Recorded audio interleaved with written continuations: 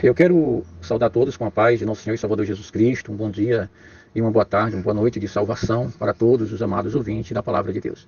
Vou fazer menção aqui na gravação deste vídeo áudio sobre a visão que João teve no céu. No capítulo 4. Depois destas coisas olhei, e eis que não somente uma porta aberta no céu, como também a primeira voz que ouvi, como de trombeta, ao falar comigo, dizendo: sobe para aqui, e te mostrarei o que deves acontecer depois destas coisas. Imediatamente eu me achei em espírito, e eis armado no céu um trono, e no trono alguém sentado. E esse que se acha sentado é semelhante no aspecto à pedra de jaspe e de sardônico. E ao redor do trono há um arco-íris, semelhante no aspecto à esmeralda. Ao redor do trono há também 24 tronos, e assentados neles 24 anciões vestidos de brancos, em cujas cabeças estão coroas de ouro. Do trono saem relâmpagos, vozes e trovões, e diante do trono ardem 7 tochas de fogo, que são os 7 Espíritos de Deus. Há diante do trono como um mar de vidro, semelhante ao cristal, e também no meio do trono e à volta do trono 4 seres viventes cheios de olhos por diante e por detrás. O primeiro ser vivente é semelhante ao leão, e o segundo semelhante a novilho. O terceiro tem o rosto como de homem, e o quarto ser vivente é semelhante à água quando está voando. E os 4 seres viventes, tendo cada um deles, respectivamente, 6 asas, estão cheios de olhos ao redor e por dentro. Não tem descanso, nem de dia, nem de noite, proclamando: Santo, Santo, Santo é o Senhor Deus, o Todo-Poderoso, aquele que era, que há de vir. Quando esses seres viventes derem glória, honras e ações de graça ao que se encontra sentado no trono, ao que vive pelos séculos dos séculos, os 24 anciões prostar-se-ão diante daquele que se encontra sentado no trono. Adorarão ao que vive pelos séculos dos séculos e depositarão, as suas coroas diante do trono, proclamando: Tu és digno, Senhor e Deus nosso, de receber a glória, a honra e o poder, porque todas as coisas tu criastes, sim, por causa da tua vontade, vieram a existir e foram criadas. Bem, amados ouvintes da Palavra de Deus, aqui nós fizemos menção do capítulo 4, aqui no início. Fazendo essa introdução, quero fazer aqui uma retrospectiva sobre os anteriores capítulos 1, 2 e 3 do Apocalipse, onde nós já gravamos esses vídeos áudios e lançamos no canal Rubens Carlos, Doutrinas Bíblicas e a Fé Cristã. Este que vos fala é o evangelista Rubens Carlos. No entanto, nessa retrospectiva, nós vimos no capítulo 1 Jesus glorificado, tanto quanto o mesmo que se encontra lá no capítulo 5, após essa leitura que nós fizemos do capítulo 4. E, no entanto, nós vimos ali o Senhor Jesus Cristo vestido de uma veste talá, longa, branca e resplandecente até os pés. Nós vemos aquele que tem os olhos como que chamas de fogo, que tudo sabe, que tudo vê, os seus cabelos brancos mostrando a sua deidade e a sua perfeição e santidade. Nós vemos ali o Cristo glorificado, seu rosto resplandecente, mais forte do que a luz do sol, na sua maior força do meio-dia. Nós vemos aquele que tem os pés como latão reluzente, que pisa o lagar, né? E que tem na sua mão direita as 7 estrelas, representando as 7 igrejas, das quais nós falamos no capítulo 2 e 3. Estas 7 igrejas são Éfeso, Esmirna, Pérgamo, Tiatira, Sardes, Filadélfia e, por último, a igreja de Laodiceia, onde nós fizemos menção de todas essas igrejas nos vídeos, áudios que gravamos e colocamos no canal. Este 4º capítulo inicia-se com estas palavras: depois destas coisas olhei. E qual o significado de depois?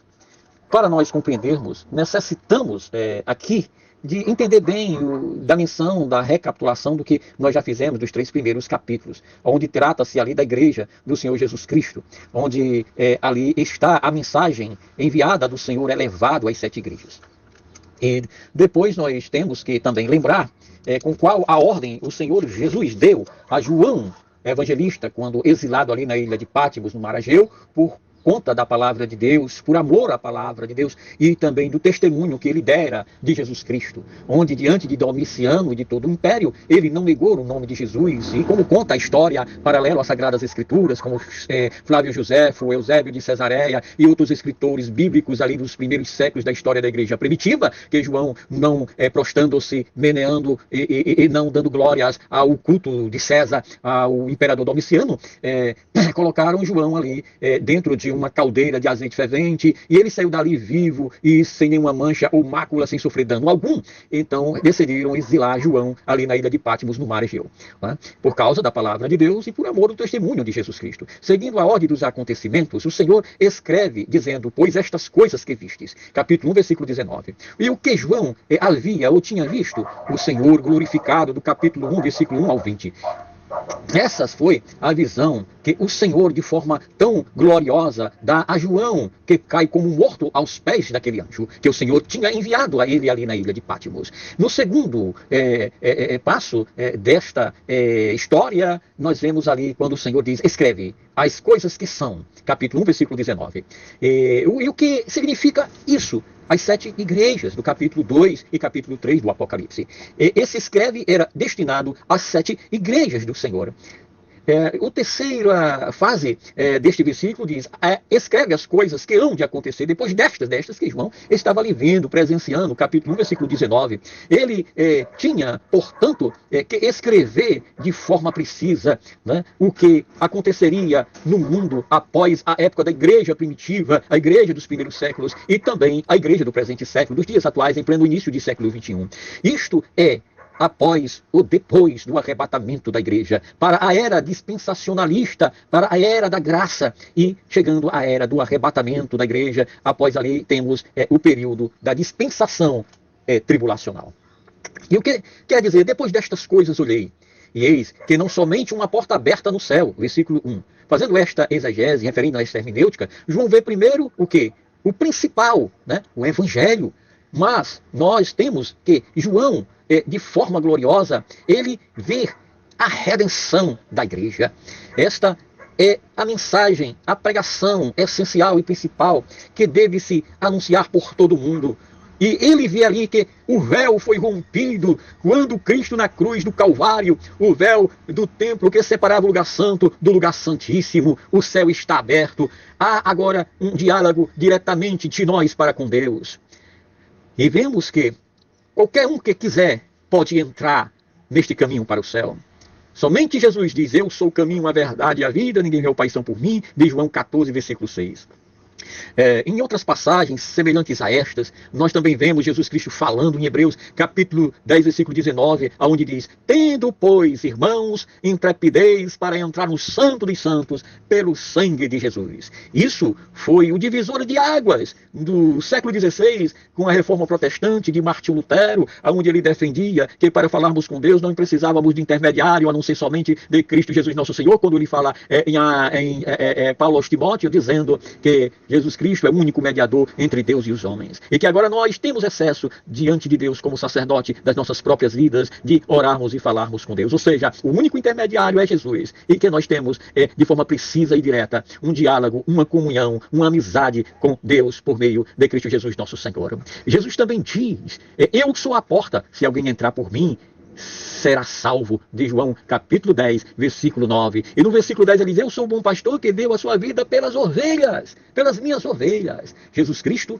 é o sacrifício expiatório de Deus que tira o pecado do mundo, de toda a humanidade. Mas só serão salvos aqueles que o receberem e o confessarem como o único Senhor e Salvador de suas vidas. Queridos e amados ouvintes da palavra de Deus, feita esta introdução do capítulo 4, nós iremos dar sequência sobre o arrebatamento, né, de João em espírito, quando o Senhor o tomou, e ficamos na sequência do próximo vídeo áudio que será gravado. Para a glória de Deus, este que vos fala é o evangelista Rubens Carlos. Eu agradeço por sua atenção e amizade, deixo aqui o meu abraço fraterno e vos rogo a vossa ajuda na divulgação da sã doutrina da palavra de Deus. Peço aqui que você compartilhe esses vídeos e consiga aí novos inscritos para que este canal, para a glória de Deus, cresça e aumente, né? E que traga assim o conhecimento àqueles que ainda não ouviram a palavra de Deus desta forma, desta maneira, a qual o Senhor Jesus nos usa, e tudo seja para a honra e a glória de Deus. Rogo aqui as vossas orações em Cristo Jesus para que o Senhor abençoe mais e mais esta humilde obra. A paz do Senhor e um abraço fraterno do evangelista Rubens Carlos.